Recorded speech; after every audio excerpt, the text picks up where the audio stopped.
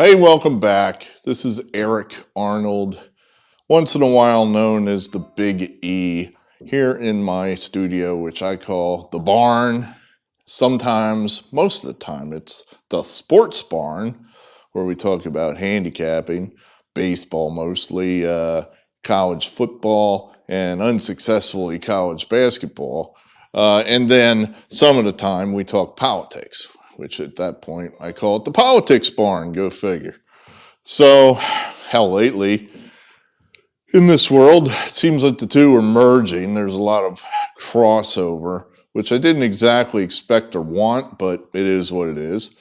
So I thought this is mostly a political episode, so there'll be no sports talk, there'll be no picks, just politics. And I'm going to try not to make it 48 minutes like whatever the last video was. We'll try to keep it shorter. So one of the things that works us up the most here in this politics barn is censorship. It's a tool of the dictator. It's the tool of the authoritarian left. It's the tool of big tech, of YouTube, of Twitter, Google. If you're a Republican, you know this. It's old hat. If you're a moderate Democrat, you're kind of like, well, that's not true. Trust me, it is. I myself have had a video taken down by YouTube because I was questioning I'd say in the last 6 to 12 months, the efficacy of all these lockdowns, mandates, vaccine mandates, and whatever I said, and they never tell you what, was against the YouTube leftist orthodoxy, and whoop, down it went. No explanation. So censorship, that's censorship. So that pisses me off. So that's why I make these videos. So right now, there are two key figures out there that are under vicious attack, vicious censorship attack by the authoritarian left. And I thought, you know what? This bothers me. I know I just made a video on Saturday and a lot of you haven't even watched yet. But I thought, I'm going to say something about this because this is bothering me. Joe Rogan, Dave Portnoy, both under attack, trying to shut them up, to cancel them, to rid the public square of these people. Now, obviously, we all know who Joe Rogan is, probably. He's, I guess, the most popular podcaster, certainly in America. I don't know about the world. Has, I guess, 11 million listeners per podcast, which far dwarfs any kind of cable news channel or network. It was Rogan who interviewed Dr. Robert Malone, an anti-lockdown, anti-vaccine mandate, anti-vaccine, basically, person who is blackballed from the left media. In other words, you're not going to put Dr. Robert Malone on CBS 60 Minutes. They're not going to have him put out his ideas there. But the guy is a thoroughly qualified, responsible person whose ideas and opinions deserve to be heard. So Rogan has these type of people on. That's part of the reason why he's so popular. It was Malone who spoke for 2.5, 3 hours. And he's the one that put it to us that, hey, you know what? I think ivermectin does work. And I think the government has probably allowed an extra 500,000 people to die by suppressing the use of ivermectin. If you remember me telling you that in the previous Rogan Malone video. 500,000, 500,000 people. It's a lot of blood on the hands of the authoritarians. So, now that's not the topic of this video. I just want you to think about that. That's why Rogan is in trouble, because he allows these kind of ideas to be put out there that they all scream is misinformation. I would say it's information.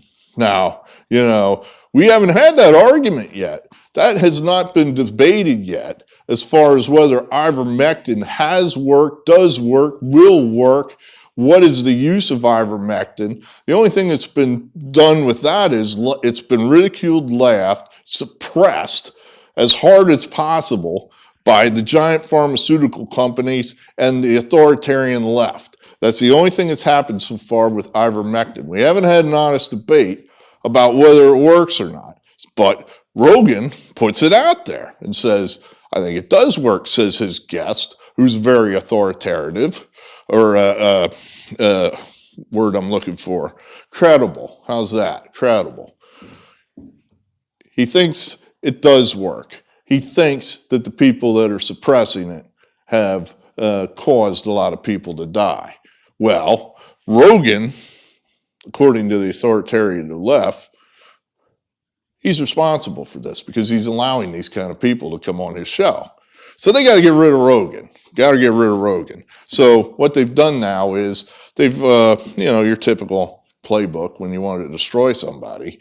You just go through every last thing the guy's ever said, try to find anything that's questionable or negative, and then smash it all together and accuse him of something. So apparently Rogan has a comedy past, so I guess it's part of what he was saying or jokes he was making. He used the N-word, and they made a video of him using the N-word. I guess what they do. I haven't watched their video. I have no interest in it because I'm pretty comfortable Joe Rogan is not a racist. So what do I care if he uses the N-word? In other words, there's a link between the two, isn't there? That's the whole point of the N-word, is to show that you're a racist. But just because you say the N-word doesn't make you a racist. Does that make all the rappers that use it racist? I don't think it does. But that's your argument, basically, if you're saying, well, he used the N-word, therefore he must be racist. Well, what's the context of what he used it in? Well, not important to the authoritarian left. So the video is a mashup of him just saying the word, and I guess that's it then. I haven't watched it, like I said, don't care. So now they're taking that video and they're running it all over the place, trying to get Spotify's sponsors, get other people doing business with Spotify to drop Spotify. In other words, we're going to Spotify.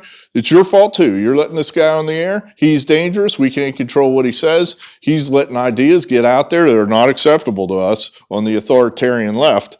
Therefore, we're going to punish you too. So Spotify's under attack now.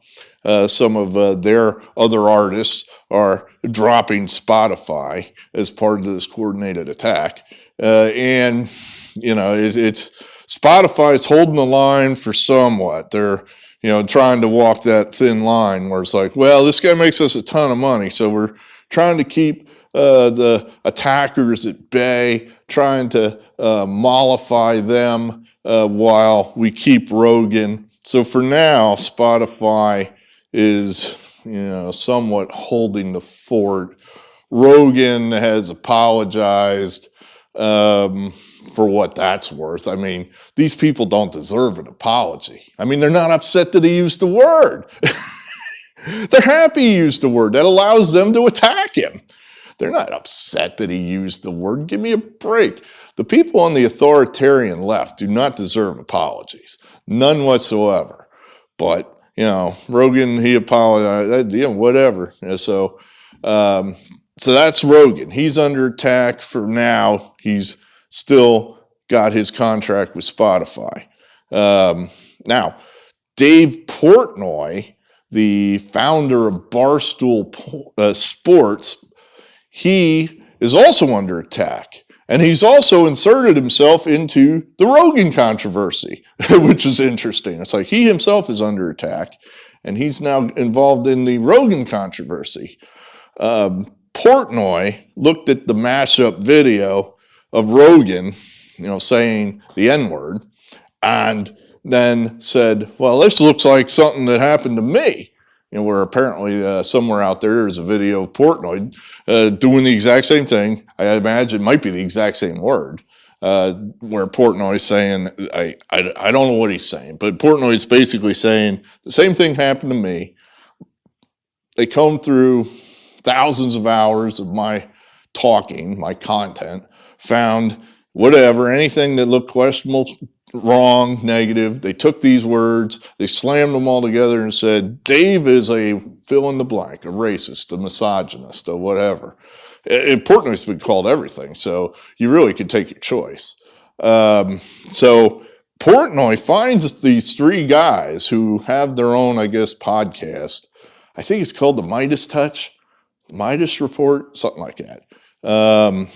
Left-wing guys that are involved with this video somehow. That they either made the video or, well, I think they deny making the video, but they admit to amplifying it. In other words, taking that video and splashing it everywhere they can via whatever tools you do that with, Twitter and what have you. So Portnoy calls them up and says, I'd like to be on your show.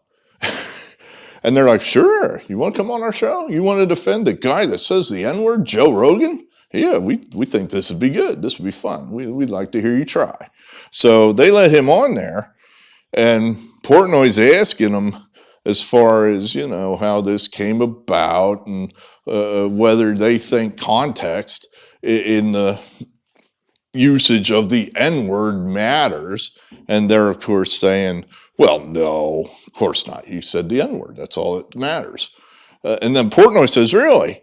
I have proof, he says, that one of you was involved in a text string where the N-word was used. And they're like, what? One guy goes, you're lying. And he's saying, well, I don't know which one it is. Which one of one of you has a fiance named something, X. and the one guy's like, oop, oop. And he says nothing. But, obviously it happened. So one of these guys that's out there wrecking Rogan for using the N-word, they themselves use the N-word. And Portnoy has proof of this. So this is coming out. Portnoy's going to put this out on his Dave Portnoy show. I'm almost certain of that. I hope he does. I don't know why he wouldn't. It's good content, and Portnoy's getting attacked anyway, so he might as well put it out there.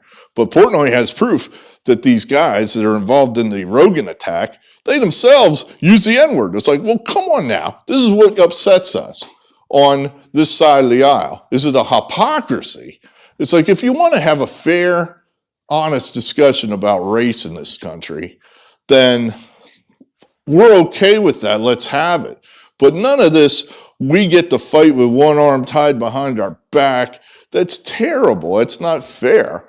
But that's what censorship is. It's an incredibly powerful tool that's used by authoritarians, by dictators. Dave Portnoy, the attack that's being made on him is based on his sex life. That an outfit called Business Insider, which is a leftist publication, a Democrat publication, has scoured Dave's sexual history, if you will. I guess they've just cast their net everywhere he goes to every last girl and woman in these areas saying, have you had sex with Dave Portnoy? Would you like to talk about it? And, so now they've compiled a number of people that have had sex with Dave Portnoy, and some of them, I guess, are less than satisfied or have changed their mind about whether they're satisfied or not. My point on that, to all the people that follow Portnoy, his strategy, Portnoy's strategy, is he's putting it all out there. In other words, he's not sitting back and going silence while he's being attacked by Business Insider. He's defending himself to the hilt and saying, no way, that was consensual. I've got texts after the fact that were friendly. This did not happen the way she says this happened, etc. So my point on this is he's being singled out.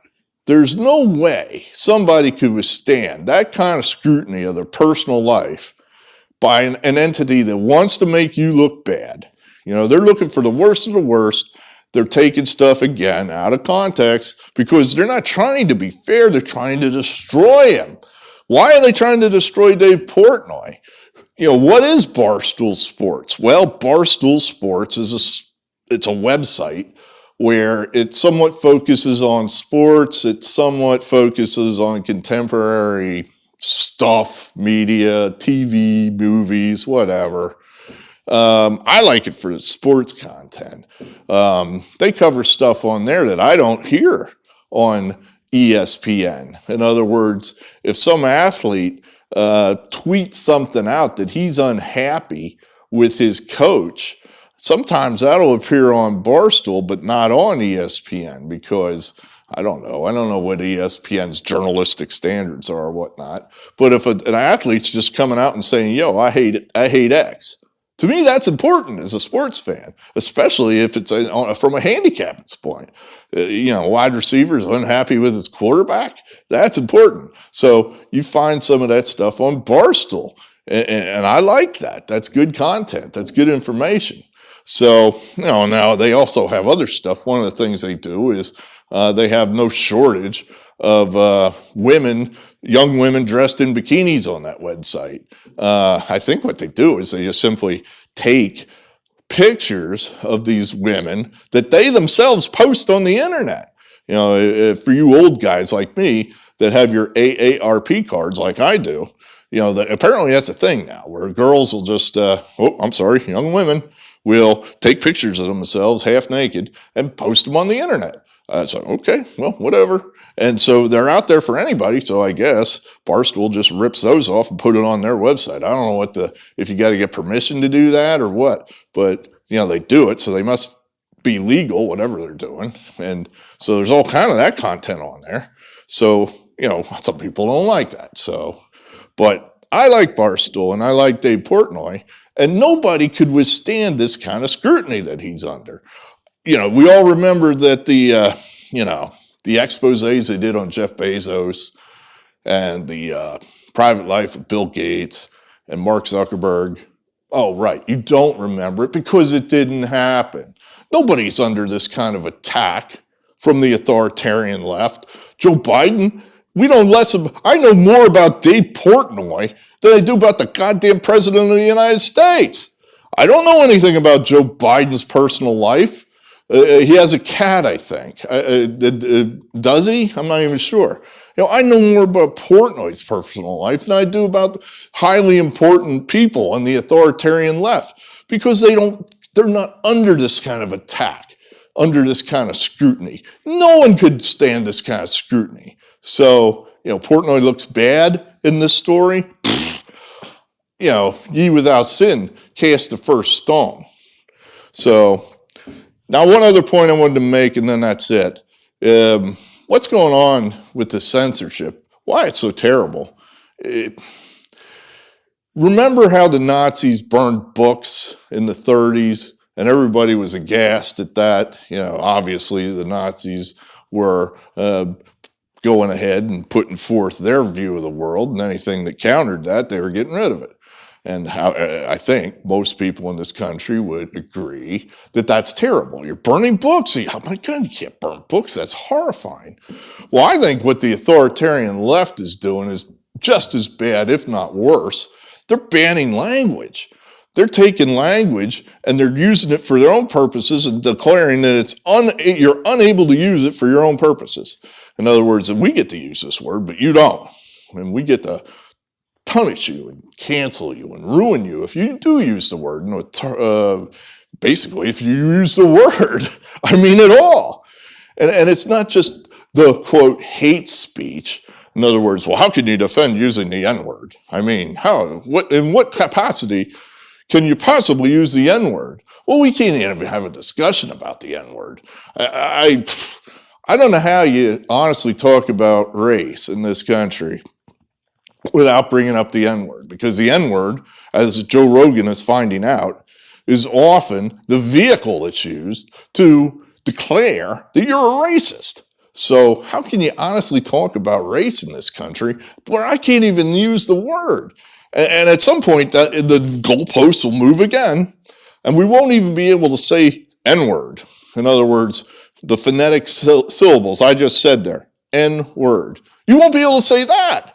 You're just going to have to allude to it. And, hey, Bill was fired the other day. Really?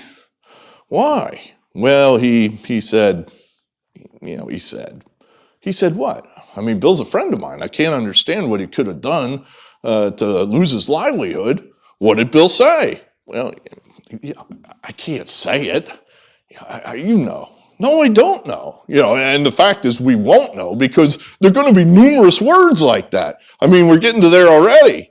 It's like, oh, that guy said the F word. The F word? Fuck. I say that all the time. Nobody's called me up on it yet except my mother. It's like, oh, not fuck. The F word. Oh, the gay word. Oh, I see. There are numerous words now that are the F word and the R word and the N word. Well, soon we're going to have so many of these goddamn words, we won't know what the hell anyone's talking about, except the authoritarian left. They'll know what they're talking about, and we won't, but that's the way they want it. They don't want us to know what's going on. So it's ridiculous. It's the capture of language for a one-sided political use is it's a tool of dictators. That's what dictators do. So censorship is something we have to fight every step of the way. My point, my moderate Democrat friends, is it's being used by your team. Are you with that? Are you down with that? Or do you want to hear other ideas other than just spouted by people on your own team? Do you think that we on the other side of the aisle are worthy enough to have our own ideas? Are we allowed to express them? Or do you not even want to hear what anyone else has to say except yourselves? And then sooner or later, of course, what will happen is you're going to express an idea that's not down with the majority of your people, and you're going to be canceled. Invariably, that's what's going to happen. So that's all I have for there. Like I said, we have to, what do? You support Rogan, you support Portnoy. That's all you can do. You have to fight back. You can't just sit there on the sidelines now. These are important people that have contrary viewpoints that are being expressed that the authoritarian left can't control. And if you go, I don't know, Rogan, he probably is a racist. I can't listen to his podcast anymore. Well, wait a minute now. You've been listening to this guy for how many years? And now suddenly you think now he's a racist? Why didn't you think he was a racist yesterday? After all that time you've been listening to him. Same with Portnoy. You've consumed Portnoy's content for how many years, stoolies? And all of a sudden you don't like Dave? Come on. I don't get that. These are people that are fighting back against the authoritarian left. They should be supported. I'm Eric Arnold. I believe in free speech. Thank you for watching.